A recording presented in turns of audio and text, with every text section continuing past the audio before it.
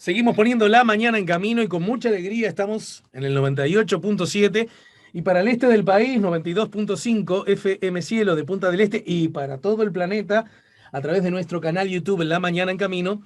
Vamos a recibir a la nutricionista, docente, además coordinadora del observatorio de la Universidad de la República, de la UDELAR, Observatorio de Derecho a la Alimentación, Alejandra Girona.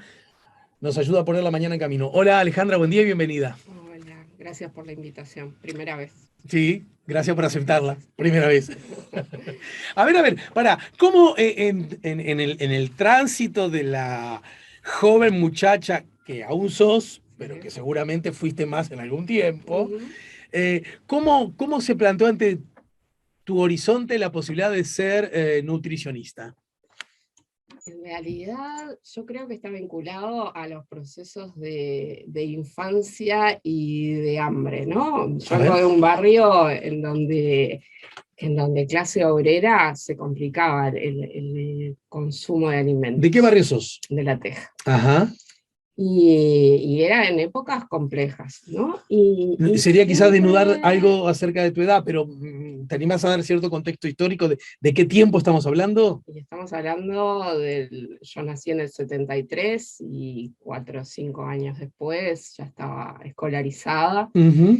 y, y mucho de tiempo después más grande uno empezaba a ver el esfuerzo que era para muchas familias del barrio, ¿no? El comprar alimentos, el comer alimentos, como las redes, el sostén de los barrios donde las familias se apoyaban en merenderos, ¿no? En ollas, ahora que se habla tanto de las ollas, en situaciones que eran complejas, como la calidad de la alimentación varía en los primeros meses en las familias, ¿no? Los primeros meses había determinados tipos de alimentos y al final había otros que tenían que ver con el acceso económico.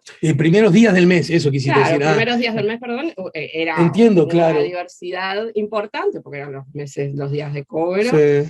y fin de mes la cosa cambia. Qué interesante, porque solo en ese dato también, al pasar, quedan arriba de la mesa, o debajo de la mesa, no me doy cuenta bien, Sí. dos asuntos interesantes, ¿no? Que tienen que ver con la ciudadanía, con la democracia, con la república, en Ujú, fin. Uno, bueno, el ingreso propiamente dicho, qué tan ujú, satisfactorio o no es para tener una vida digna. Obviamente, con ujú. alimentación frágil, la dignidad se pierde, ¿no?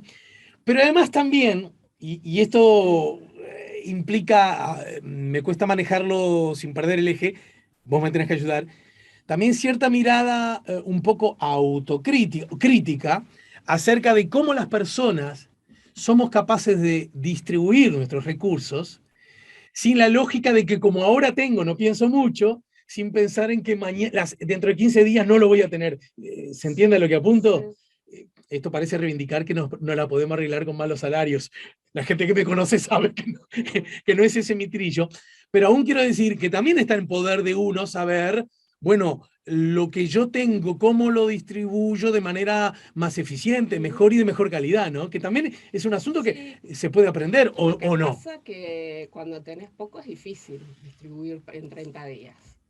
Ese es el tema, que vos siempre partís de un piso más bajo que el resto. Y Claro. entonces es difícil No, eso realmente desde ya, por eso sostenerlo. lo puse en primer lugar. Entonces es complejo. Pero más allá de eso, bueno, ahí empecé y luego seguí estudiando y decidí estudiar nutrición en aquellos momentos en donde estaba muy vinculado a la dieta, a la enfermedad, que nunca fue mi campo de estudio ni de trabajo. Perdón que siga pidiéndote datos Sí. acerca de vos, pero ¿y en qué año ya estábamos cuando dijiste, bueno, voy a estudiar esto? Y cuando ya estaba en el Bausá, obviamente sí, ahí haciendo ya quinto y sexto año, decidí que nutrición humana era. Presumo que ya eran los primeros años de la recuperación democrática. Ya eran los primeros años y ahí decidí que sí, que era lo que me gustaba, pero no vinculado a esto que te digo de la dieta, de las calorías, sino desde el derecho a Bien, la alimentación. pero Alejandra, tengo que preguntarte entonces, ¿cómo advertiste ese campo, ese espacio, cuando en realidad, como vos Ujú, decís, y yo diría, ujú. es el más notorio, es el más Sí, visible, sí, es por decirlo así el más vigente, no estoy diciendo que sea el mejor ni el único, no. obviamente, es el que se presentaba, bueno, si estudiás para nutricionista, para decirle a la gente, para los gordos como yo, decir, ¿cómo tengo que hacer, doctora? Que en realidad siempre digo, vamos a que nos digan lo que nosotros ya sabemos. Sí. Solo que bueno, Información como tengo que ir dentro de 15 días para control. evitar que me rezongue, Sí, me ajusto un poco ya más. Pero está. más allá de eso, Sí. ¿cómo advertiste que estaba ese espacio también? Un docente que hizo como esa brecha, ¿cómo fue? No. En esa época, capaz que vos te acordás, las imágenes y muchísimas sobre los niños en África y la desnutrición infantil, y eso fue la toma de decisión. Siempre pensé, en Uruguay no tenemos esas imágenes, pero sí tenemos problemas vinculados a la alimentación, y no deberíamos llegar a esos extremos para preocuparnos. Como que era un asunto que nos quedaba muy lejos. Era un asunto que en términos generales y en la agenda, y aún hoy sigue siendo la agenda política el tema de la alimentación, no de los temas prioritarios, ni de los medios, no es un tema prioritario. Y creo que tiene que ver con eso, con la imagen o con los significados que construimos en relación al derecho a la alimentación. Esto que vos decís me parece muy interesante porque el hambre, como el gran miedo al que ha tenido la humanidad desde siempre, antes me imagino incluso de saberse, de tener esa capacidad del pensamiento abstracto, de saberse integrante de la humanidad, ¿no? Es decir, el bicho que necesita comer. Chao. Se puede decir que es el primerísimo de nuestros temores y la primerísima de nuestra necesidad, ¿verdad? De nuestras preocupaciones desde el día uno de nuestras vidas. Claro. Pensemos en todo el ciclo de la vida y cómo alimentamos, con qué alimentamos a nuestros hijos, etcétera, digamos, etcétera, etcétera. El bebé llora porque quiere tomar la leche, sí, ¿no? Ahora, para porque me parece interesante cómo lo planteas. Y por lo tanto, herederos de esa situación, el hambre siempre está presente de algún modo u otro en nuestro relato social, histórico, político, económico, ¿no? Es más, ahora que el Uruguay volvió a las ollas populares, porque el Uruguay tuvo un tiempo en que les había dejado. Nosotros venimos de una generación en donde era relativamente habitual que hubiese olla popular, porque el sindicato tal estaba en conflicto, estaba ocupando, porque no, por supuesto postdictadura, ¿no? La dictadura, si pasabas hambre no tenías chance porque no había sindicato, y si había sindicato lo menos que podías hacer era parar. Estoy hablando de una mínima ejercicio de las libertades públicas y de la institucionalidad. Pero también es cierto que incluso nos acostumbramos en forma permanente a ver gurises pidiendo, ¿no? En las esquinas, en las calles, en los bares, ¿no? Constantemente. A veces me genera un cierto desconcierto de cómo gente que tiene mi edad parece haberse olvidado de eso. Y después hubo un momento que incluyó cierto crecimiento explícito, notorio, y cierta también eficiencia en repartir con políticas públicas o con ingreso familiar, repartir ese crecimiento. Esto es un dato objetivo, es indiscutible, que permitió que muchas personas salieran de la pobreza, los ingresos sustancialmente se vieran incrementados, y eso motivó a que, por ejemplo, ollas populares ya no había. ¿Hasta ahí voy bien? Sí, o no había en el número que después explotó ahora hace 2 años, ¿no? Sí. Se seguían sosteniendo algunas redes comunitarias a través de merenderos, ¿sí? Pero sí es verdad que no existía esta explosión, que lo que dejó ver es la fragilidad que tenemos como país en torno a la alimentación, ¿no? Lo que luce como una verdadera paradoja tratándose aparentemente de Uruguay, ¿no? Es una paradoja en el mundo, es una paradoja en América Latina y el Caribe, que es enorme productor de alimentos, exportador de alimentos, y por otro lado una región que es de las más castigadas en torno al hambre. Claro.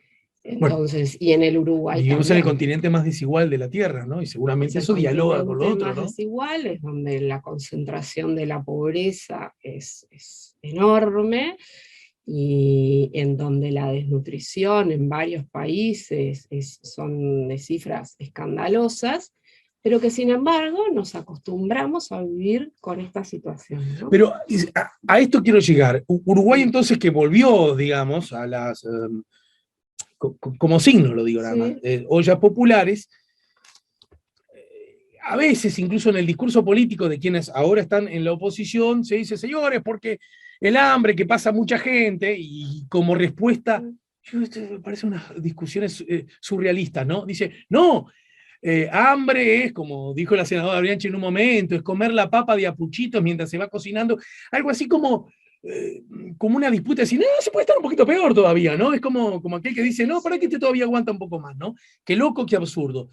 Ahora, y yo pienso que para preocuparnos por la alimentación de los ciudadanos del mundo, y en este caso de una república, no deberíamos esperar a que eso sea un problema en la medida que haya hambre. Hay estadios anteriores que también son problemáticos. Y que quede claro, lo digo, para quienes reivindican el hambre, entonces sí, tenemos que enojarnos con el gobierno, a lo mejor te tenés que enojarte mucho antes, o a lo mejor enojarte incluso cuando vos gobernabas, y ni hablar que suena absurdo y hasta impertinente, en el sentido literal, sugerir que no, eso no es hambre, todavía se puede comer, se puede pasar un poquito más porque la papa que comían en Los Europa en la inmigrantes, guerra, ¿verdad? ¿no? Es decir, entonces, ¿cuáles son los parámetros? Yo creo Le pregunto a la docente, sí, ¿cuáles son los parámetros que como ciudadanía nos debe preocupar y atender a propósito del concepto alimentación? Sí.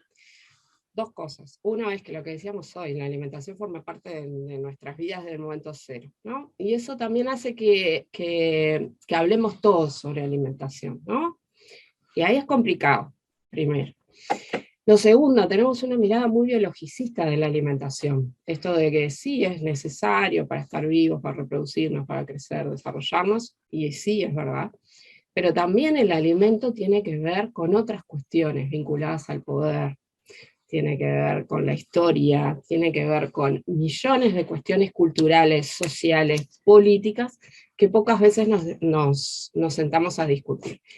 En este país, de hecho, ni siquiera sabemos hacia dónde vamos en términos de alimentaciones, porque no hay políticas alimentarias claras en torno a la alimentación, que no es solo el dar de comer, sino que tiene que ver con el ejercicio del derecho a la alimentación adecuada y el que cada uno de nosotros podamos decidir qué comer, con quién comer, cuándo comer. Entonces, hasta que no logremos empezar a discutir esas cuestiones, es complicado. Y esas cuestiones, ¿hay que empezar a discutirlas?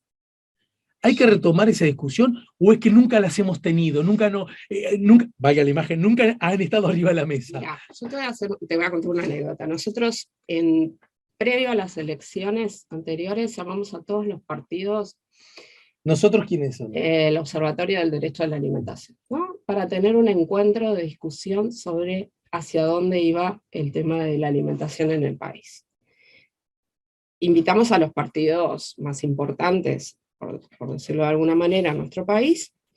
El Colorado, Nacional, Blanco, Frente Amplio, imagino. Sí, el Partido Nacional se excusó de ir a ese encuentro. Bueno, fue el Partido Colorado, fue Frente Amplio.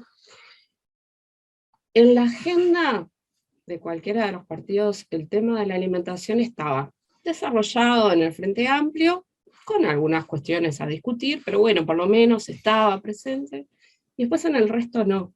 Cuando uno leía, sí, las promesas, bueno, no aparecía el tema de la alimentación como tal. Y cuando nosotros tratamos de decir, bueno, discutamos sobre, nosotros no tenemos una ley sobre el derecho a la alimentación y la seguridad alimentaria en nuestro país. No tenemos una ley sobre eso. O sea que marca ya desde el Parlamento la importancia que se le da al tema. Digamos que está en el plano de lo ético en todo caso, pero no... de lo ético, de lo bueno, cuando aparece alguien que dice que el hambre está, discutimos, decimos, no, pero si transferimos 1.200 pesos a la familia, ¿cómo es posible? Pero en términos de una discusión más profunda, no la tenemos, ¿sí? Entonces, el hambre está presente. Ahora, para que esto no, porque el otro día no sé en qué medio me decían si me había sorprendido estas cuestiones de las respuestas que se dio acerca del hambre en los adolescentes y lo que estaba pasando en algunos municipios en relación. A mí no me sorprendía la respuesta de la negación, porque yo creo que los seres humanos somos negadores, pero sí me molesta cuando se partidiza un tema que debería ser de discusión política, porque el comer es un tema político. Y ahí me parece que, claro, nos quedamos en, ¿no? Es culpa del Frente Amplio, es culpa del Partido Nacional, es culpa de la no sé qué, no sé cuánto, y no logramos salir de ahí. La inseguridad alimentaria estaba presente previo a COVID en los hogares, ¿sí? Hay un informe del Ministerio de Desarrollo Social que decía, bueno, hay problemas de inseguridad alimentaria, cuando uno lo analiza por terciles, los pobres, ¿sí?, tienen más problemas de inseguridad alimentaria. ¿Qué quiere decir el término inseguridad Eso. alimentaria? Es una manera de medir el acceso que tienen los hogares a una alimentación de calidad y de cantidad suficiente para asegurar vida digna. ¿Tá? Es una escala que se mide a nivel en el mundo, hay diferentes escalas que miden esto. Entonces, ya nos advertían en el año 2018, ojo, miren que hay terciles de nuestra población en donde la inseguridad alimentaria en sus diferentes niveles, que es cuando vos te empezás a preocupar y no sabes, bueno, mañana qué compraré, qué haré, qué cocinaré, hasta los extremos, que es cuando realmente la persona pasó sin comer, porque no tenía nada. Y estamos hablando de acceso económico. ¿Ah? Es, ¿tengo dinero para comprar? Sí, estoy bien, vivo en un hogar con seguridad alimentaria, me empiezo a preocupar, ya empiezo a tener algunos grados de inseguridad alimentaria, cambio la calidad de la alimentación, que le pasa a muchísimos hogares en el país, de que ya no compro aquello que quería, sino lo que puedo. Eso también es vivir en inseguridad alimentaria, y obviamente que están las situaciones más extremas, más graves, en donde hablamos de hambre. Pero, a ver, sobre esto, Alejandra, muchas personas, probablemente algunas nos estén escuchando, digan, no, no, no, para. Es verdad que hay personas que tienen incertidumbres y fragilidades económicas grandes y que eso les puede provocar que no necesariamente comen lo que quisieran. Acá creo que igual se merece un paréntesis, y es que no siempre queremos comer, y por lo tanto estamos dispuestos a comprar la alimentación que más necesitamos, es la más adecuada, forma parte de otra charla, ¿no es cierto? Sí, pero bueno, saltemos esa valla para ir al... Pero no, y que puede que de pronto no puedan comer ni comprar lo que quieran, o si querés, en la cantidad que quieran, para comer 3 platos o 2 platos, ¿no? Pero espere, doctora, no me embrome, porque en realidad cualquiera, aún en la extrema fragilidad, puede ir a un comedor público o puede ir a una olla popular, de esas que a tanto les gusta a ustedes de difundir y la mar en coche, o es más, puede ir a la feria y recoger lo que los feriantes tiran, o sin necesidad de recoger, puede pedirle, o puede ir a la panadería del barrio y le da seguramente con caridad básica. Así que no me venga, doctora, con que la gente pase hambre, porque eso no es cierto, doctora. Sí, es una Eso lo escuchás a cada rato, ¿verdad? Y es una cuestión de ética, ¿no? A ver. Dicho sea de paso, esto lo digo yo, no tenés por qué decirlo vos. Se parece mucho a decir, no, hambre es que la papa, todo aquello, ¿no? Bueno. No, pero lo que pasa es que la inseguridad alimentaria tiene que ver con esto, con la dignidad. Claro. Nadie que hace cola en una olla, nadie que recoge, tiene una vida digna. Entonces tenemos que partir de eso. Y segundo, porque a quienes siempre estamos jorobando es a los pobres. Porque no le decimos a otros que vayan y recojan. Cuando hablamos, no, hay que disminuir los desperdicios de alimentos. Pero no le decimos al sector más rico de nuestro país que coma de los desperdicios. Le decimos al pobre, bueno, ¿sabes qué? Sobraron estas cosas, te la empaqueto y te la, ¿no? Entonces tiene que ver con eso, con cómo distribuimos los alimentos en el país. Y entonces, si hablamos de distribución, hay desigualdad. Y entonces, obviamente, quienes más se joroban son los pobres. Pero no solo pasa por un tema de que todos estos ejemplos que vos Porque ponías. sos de La Teja, ¿no? Sí. Perdóname, quienes más se joroban son los pobres. Me acuerdo de aquella frase que le gustaba repetir, la vieja histórica frase, pero que le gustaba repetir al expresidente Vázquez. Chocolate por la noticia, te podría decir alguien. Sí, bueno, lo que tenemos que procurar es que por lo menos esos pobres algo morfen, para que no se mueran de hambre, literalmente. Pero lo que pasa es que yo puedo sí, está bien, soy en Mides y doy un apoyo de 1.200 pesos y arreglate, cuando yo te estoy diciendo que comer saludablemente cuesta 8.000 y pico de pesos. Porque cuesta persona, eso, ¿no? Porque cuesta eso. Entonces, yo puedo tener medidas que nunca van a atacar la estructura. Siempre la brecha va a generarse, pero además, cuando yo te digo que se joroban los pobres, nos jorobamos todos, porque ¿qué pasa? Cuando hablamos de hogares con inseguridad alimentaria, que están concentrados en la pobreza, además pensemos que allí es donde están los problemas de desnutrición. ¿Ya? Yo sé que a los sociólogos no les gusta esto del capital humano, de la palabra capital humano, pero en definitiva, nosotros estamos, ¿sí?, podando las posibilidades de niños y niñas, ¿sí?, que es donde la mayor concentración de niños, niñas y adolescentes, ¿sí?, está en la pobreza.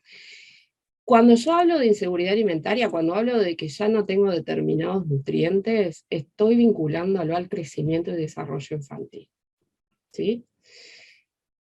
Y además ahora se agrega, no solo que en la pobreza se concentra la desnutrición infantil en nuestro país y en América Latina, sino que además hace poco tiempo se suman los problemas de sobrepeso y obesidad. Entonces vos ahora sos pobre y tenés en tu hogar niños con desnutrición y adolescentes con sobrepeso y obesidad. Eso tiene un costo social muy importante, ¿ah?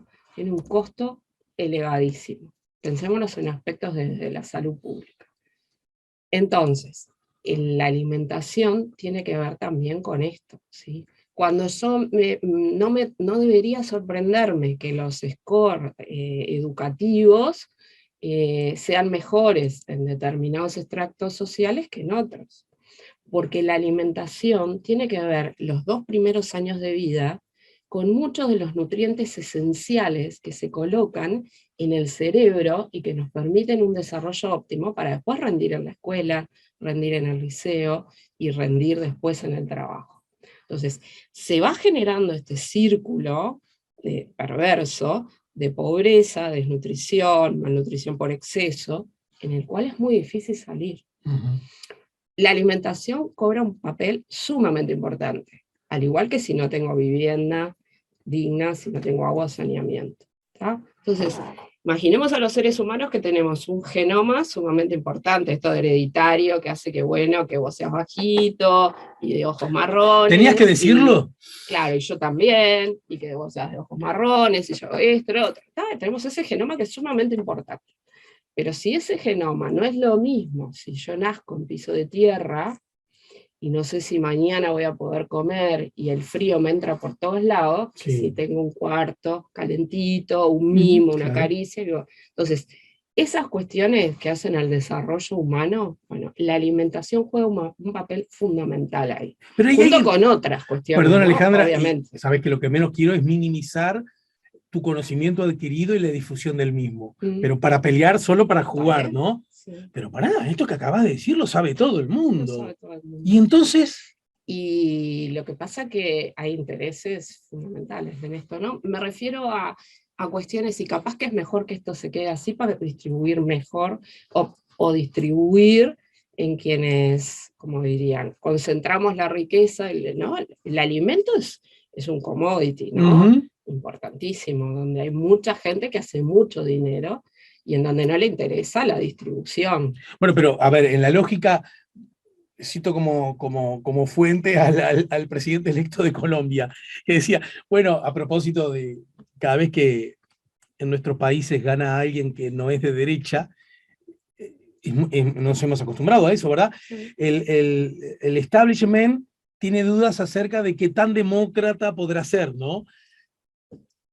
Yo, que tengo la edad que tengo, recuerdo que los golpes de Estado en nuestros continentes los ha dado la derecha siempre.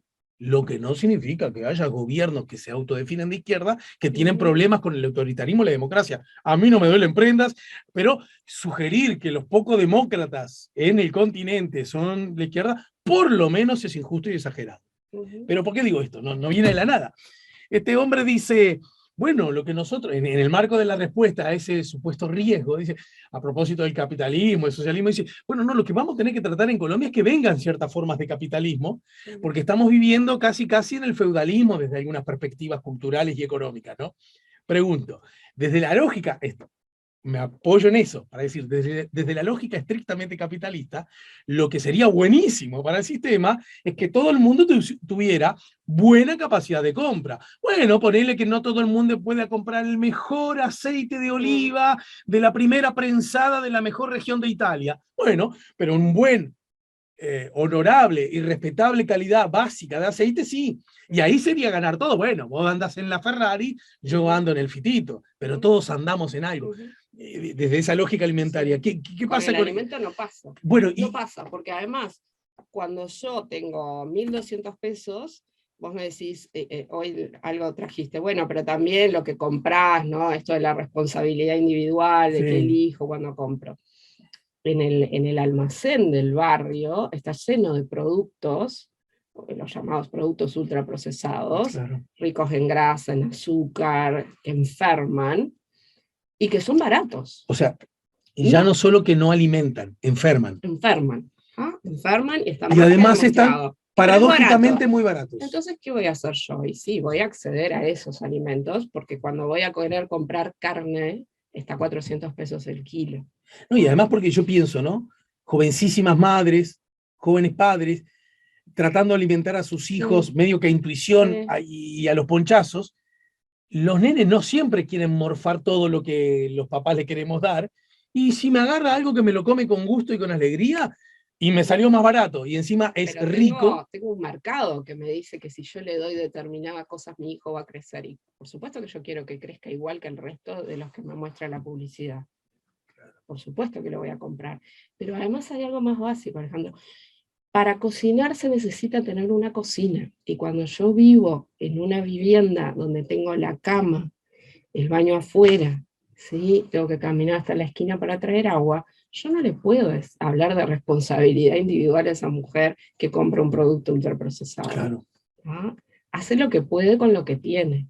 Entonces, por eso seguimos hablando de injusticias alimentarias en un país en donde no todos podemos comprar frutas y verduras, Alejandra, no todos podemos comprar carne diariamente. Permítame, profe, pero cuando hablamos de inseguridad alimentaria, lo que estamos hablando es de inadmisibles desigualdades en la sociedad. Es decir, estamos hablando de que ahí no llegó la república, que ahí no llegó la democracia, que ahí no llegó...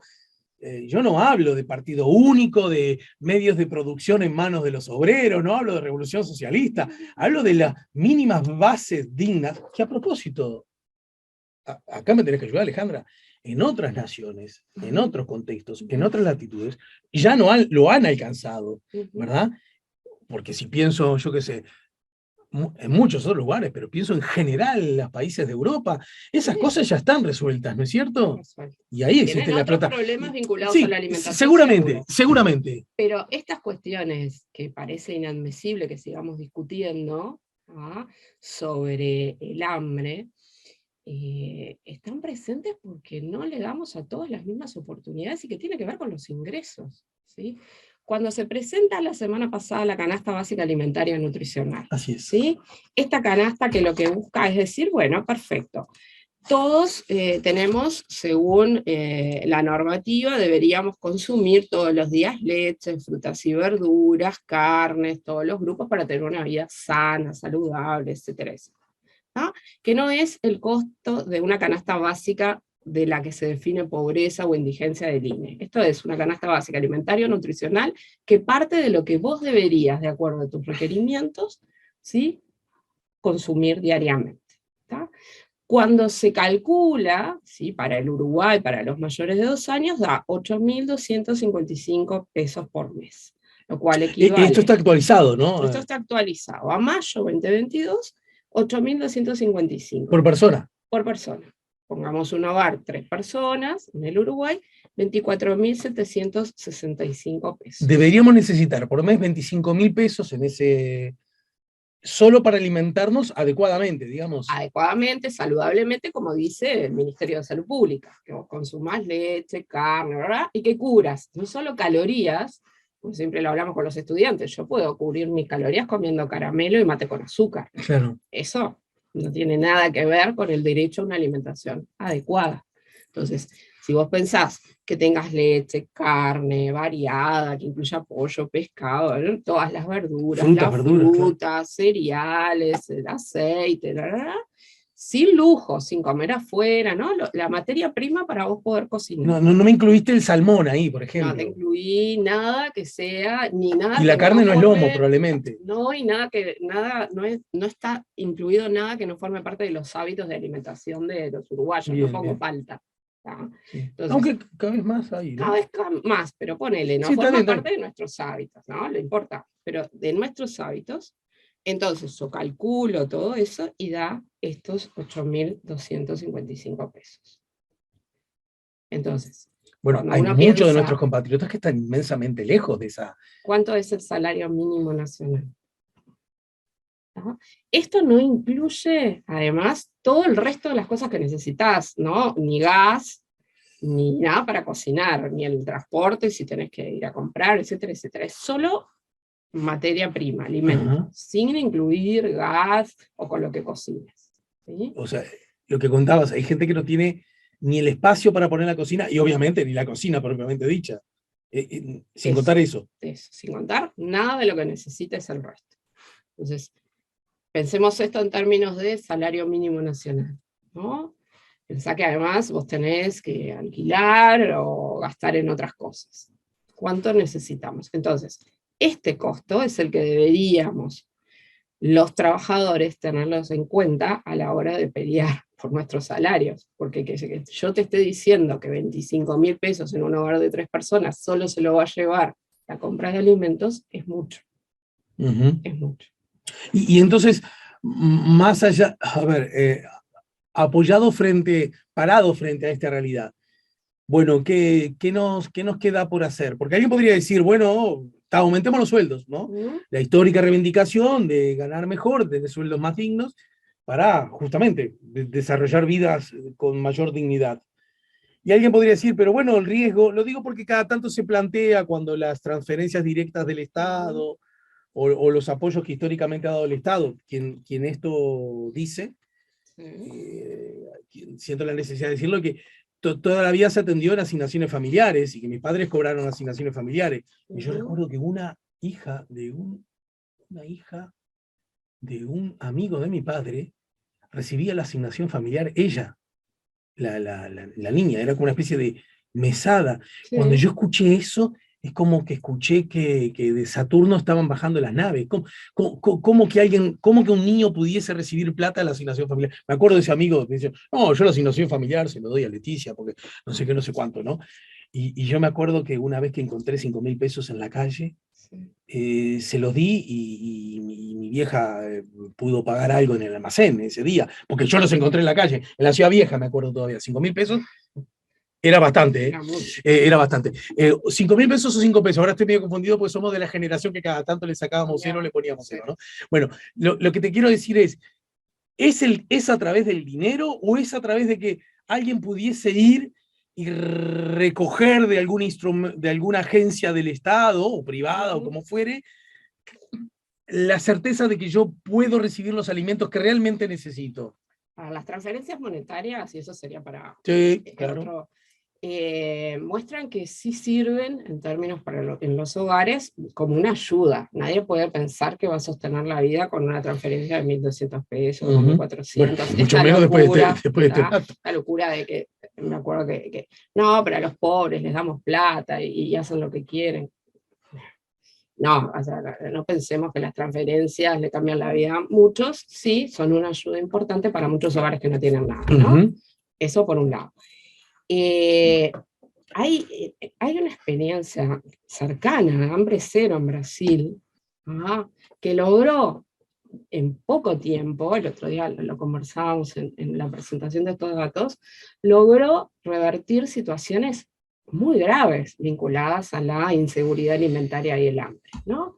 En donde se trabajaron diferentes dispositivos en una mirada de sistema alimentario, en donde yo digo, bueno, ¿cómo puedo ayudar a los productores, a los pequeños productores, ¿no? A poder estar más cerca del consumidor?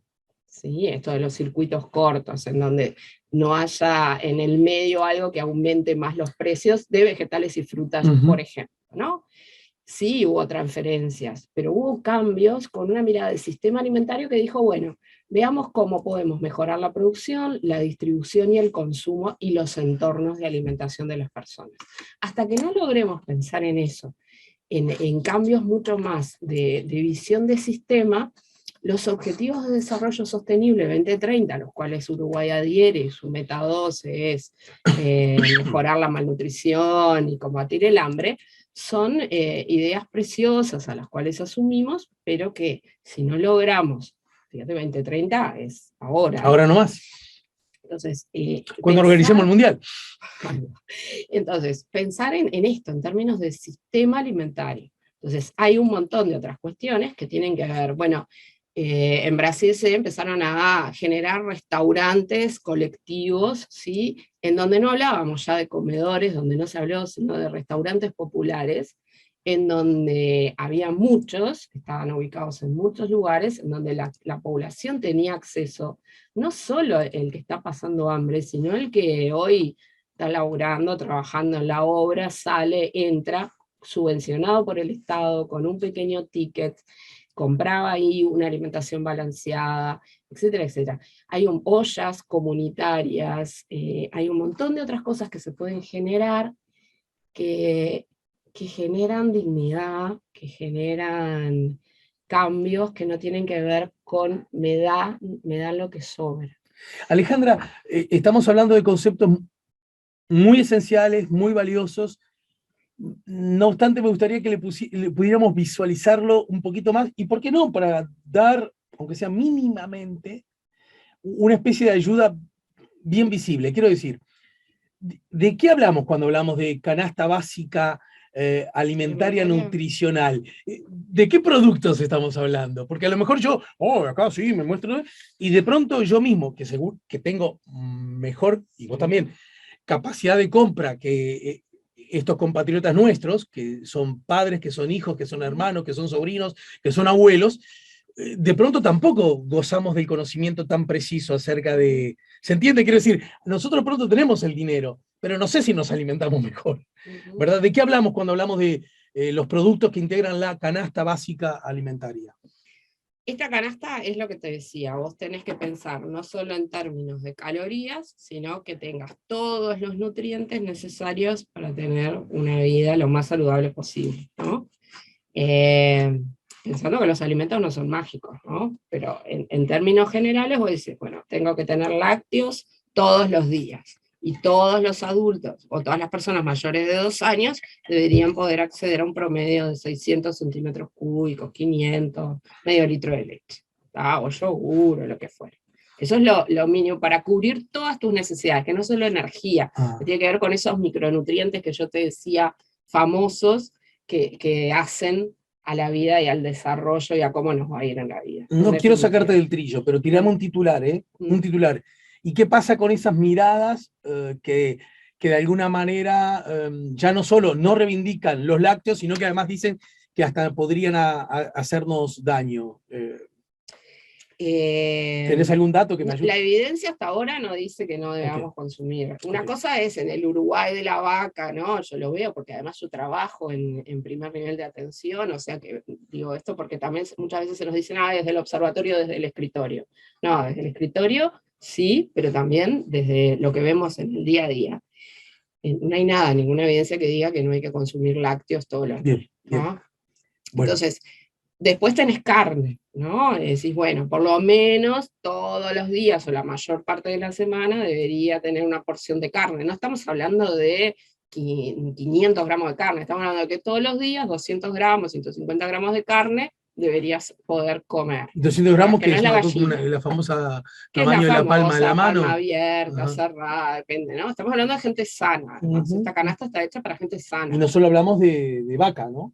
Hablamos de pollo, hablamos de pescado, ¿sí? Etcétera, etcétera, etcétera. Después debería tener huevos, y sí, por lo menos para cocinar 3 veces, 4 veces a la semana, uno debería poder acceder a la compra de huevos. Y así sigue con una lista de vegetales, de frutas, de cereales, de bueno, todo lo que es pan, arroz, todo lo que tiene que ver con aceite, azúcar, dulces, etcétera, etcétera. Eso está calculado y vos llegás a cubrir tus necesidades de calcio, de hierro, de proteínas, de zinc, etcétera, etcétera, etcétera. En definitiva, esto que desde el ministerio se promueve, este ícono de la alimentación saludable, ¿no? Esto tiene este costo. Alimentarse hoy saludablemente en el Uruguay tiene este costo. Y a propósito de la vulnerabilidad, incluso vinculándolo con esas primeras miradas que la niña y muchachita que fuiste vos, empezaste a percibir como algo permanente, constante, y que sin saberlo terminó siendo, por tu propio relato, determinante en tu desarrollo como vocación y como trabajo y como ciudadana. En este caso, además, lo dice expresamente tu Twitter, tu cuenta de Twitter, con la camiseta muy puesta de la Universidad de la República, ¿no es cierto? ¿Cuántos son nuestros compatriotas que están en situación de vulnerabilidad alimenticia? ¿Cuántos de los nuestros están en ese peldaño? El último informe de FAO, ¿sí?, habla de 800.000 personas que tienen algún grado de inseguridad alimentaria, o moderado o grave en el Uruguay. 800.000 personas, de las cuales 200.000... 800.000 personas que tienen algún grado de vulnerabilidad. Sí. Oh, es un socotroco. Mucha gente. Pero acordate que te estoy diciendo que eso incluye los que tenemos incertidumbre, los que cambiamos la calidad, y de esos 200.000 son los que relatan haber pasado hambre o no haber tenido alimentos para comer. Ese es el informe FAO.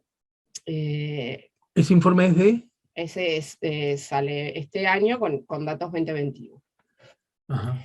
Luego en nuestro país lo que tenemos son pequeñitas fotos, ¿sí?, que venimos trabajando sobre, por ejemplo, algunas cuestiones concretas en niños, niñas y adolescentes. Entonces, ahí, por ejemplo, un dato que preocupa es cuando nosotros vamos a los datos de inseguridad alimentaria, niños, niñas y adolescentes, ¿sí?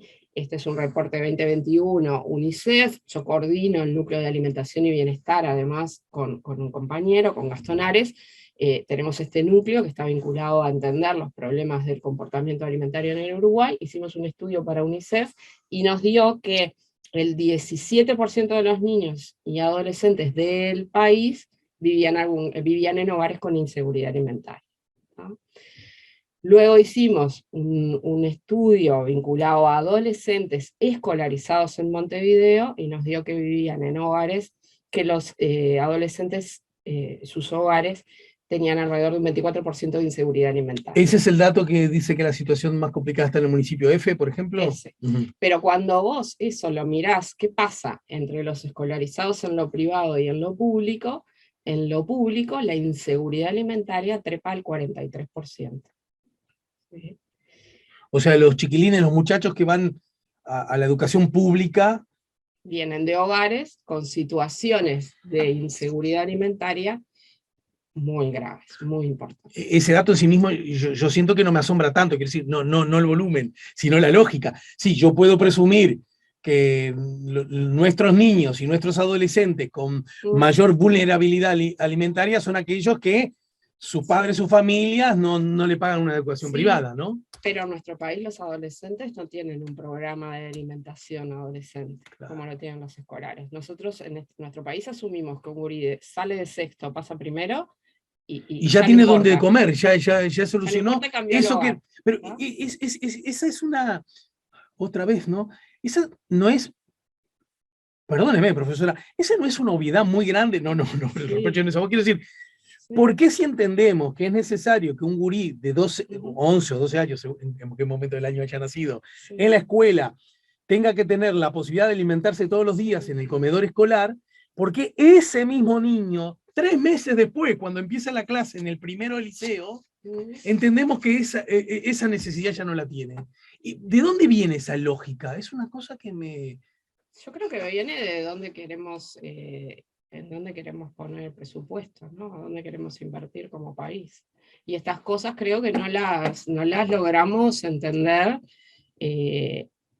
O sea, sí nos preocupa cuando vemos un adolescente que delinquió, que no sé qué, que nos preocupan los niní, aquellos famosos, nos preocupa, ¿verdad? Pero no nos preocupa ir a la base de cómo solucionar estas cuestiones, ¿no? Entonces, esto tiene que ver dónde pongo el dinero público, el dinero de todos nosotros.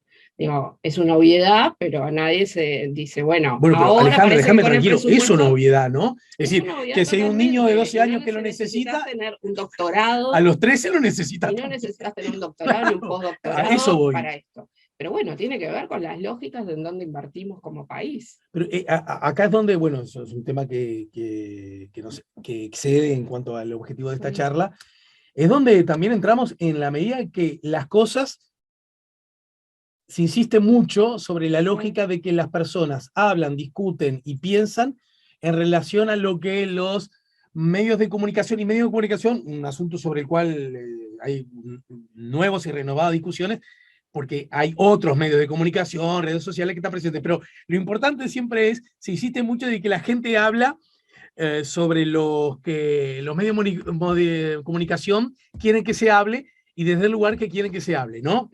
Lo estoy grosereando mucho, mira que lo sé, ¿eh? Y yo siempre ante esta afirmación digo que en realidad ese puede ser un potencial problema, pero el verdadero problema es que más que nos obliguen a hablar de las cosas que se quiere que hablemos, evitan que hablemos de las cosas que no vemos. Y esta, como tantísimas otras, me parece que es bien representativa. ¿Cómo convivimos con la idea, lo más panchos, ya que estamos hablando de alimentación y de ultraprocesados, ¿no? De que de pronto es natural y sentimos que es sensato, lógico, no encuentro voces ni de la izquierda ni la derecha que reprochen esto. Después, si son más o menos eficientes y nada menos, por supuesto, forma parte de otra discusión, decir, no, las escuelas no necesitan comedores, ¿verdad? En general, nadie se atreve a decirlo, ¿no es cierto? Pero ¿por qué en primero de liceo no? Es una cosa que no logro, nunca he logrado entender. No. Y las cifras estas están mostrando, estamos hablando de Montevideo, ¿no? Sabemos qué está pasando en el resto del país, pero Montevideo es una cifra importante. Entonces, ¿por qué nos cuesta tanto? Y bueno, pero ¿cuánto hace que tenemos programas vinculados a primera infancia y acompañamiento? Uruguay crece contigo, no hace 60 años, ¿no? Hace 22 segundos, claro. ¿Cuánto costó entender que los primeros 2 años de vida son fundamentales? ¿Cuánto costó construir una política pública vinculada al acompañamiento de las familias, ¿no? Para todos, desde una política universal de la importancia de los primeros 2 años de vida? Bueno, costará muchísimo más. Bueno, incluso es muy reciente que el concepto de que la niña y el niño tienen derechos por ser niña y niño, ¿no? Sí.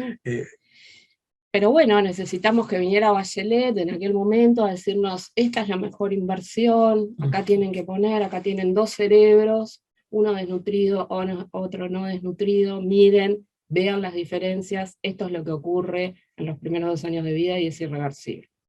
Hoy por hoy lo que sabemos es que es verdad que hay un montón de cosas que son irreversibles los primeros 2 años de vida, pero que la adolescencia es otra ventana de oportunidad importantísima. Alejandra, toda esta información, todas estas conclusiones, todo este material, ¿dónde está y en qué medida el público en general puede acceder a él? De pronto siempre digo con la idea de que alguien tenga la necesidad de buscarlo, de leerlo, ¿por qué no? De estudiarlo. Nosotros tenemos en la página web, hay un espacio creado para lo que tiene que ver con el costo de una alimentación nutricional, esta canasta con enfoque de derechos humanos. Está colocado allí la información, la presentación en YouTube. Nosotros, la UDELAR, el Observatorio del Derecho a la Alimentación, la Escuela de Nutrición, ahí hay una página web en donde van a estar todos los materiales, la presentación del otro día, ¿no? Y por otro lado, desde el observatorio, venimos generando, sí, algunas cuestiones vinculadas sobre todo a ollas populares y cuál ha sido la respuesta y cuáles han sido los procesos vinculados a ollas populares. Hace muy poquito publicamos un libro vinculado a esto, al proceso de las ollas populares en las organizaciones de la sociedad civil. Digo, se van generando materiales. Estamos trabajando desde el observatorio con otra línea que tiene que ver con la alimentación en privados de libertad, y vaya si tenemos que, cuando hablamos de derechos humanos, trabajar ese tema, así que estamos trabajando con el comisionado parlamentario. Creemos que el tema está circulando más de lo que hace 10 años o 5 años atrás, lo cual es bueno. Creo que esto se tienen que apropiar todos, porque es un tema realmente preocupante, ¿no? Yo le recuerdo a la gente que es nutrición.edu.uy, y allí, bueno, es la web de la Escuela de Nutrición de la Universidad de la República, y están estos datos, y muchos otros, ¿no? A propósito de estos temas. ¿Sabés lo que pasa, Alejandra, con estos temas? Es que uno los arranca a abordar, a estudiar, y siente que apenas se está poniendo, ¿viste? Cuando vamos nosotros a la playa, y si estás, meteré al agua, porque no hace tanto calor, y estás ahí, estará fría, y mandás a un emisario, me dice, andá a fijarte cómo está el agua, ¿no? Y que pones los piecitos.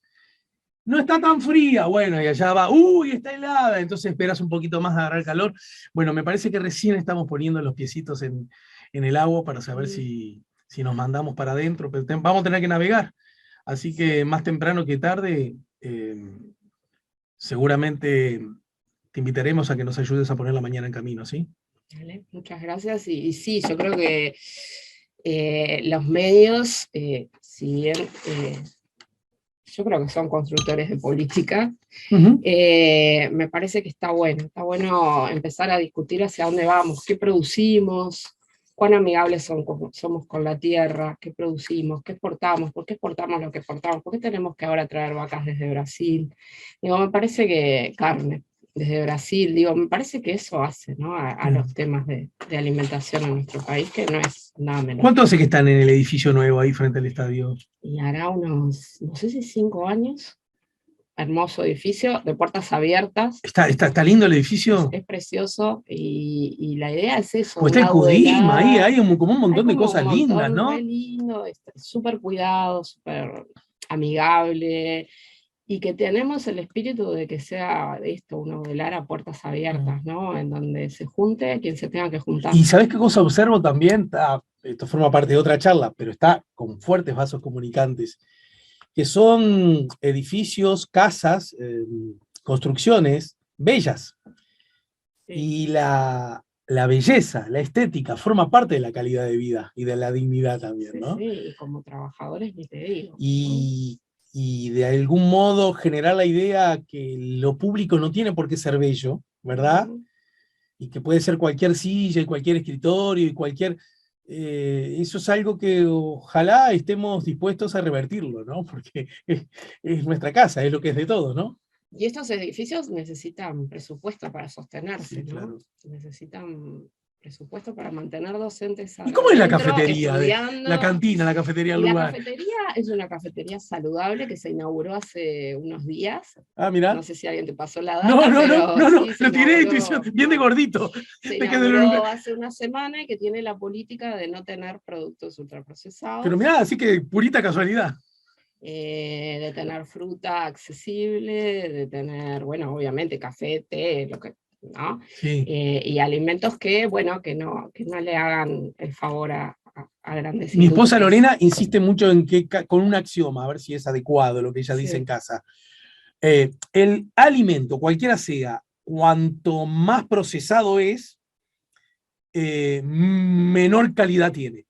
Es así. Es un axioma que en general puede aplicar para todo. Está perfecto. Cuando leas los ingredientes y al tercero no entiendas qué es. Bueno, esa es otra cosa. Dice, cuando hay tanta cosa para el jugo de naranja. No es jugo. La pucha, ¿qué estoy tomando? No es jugo. Bueno. Controlá y cocina. Claro.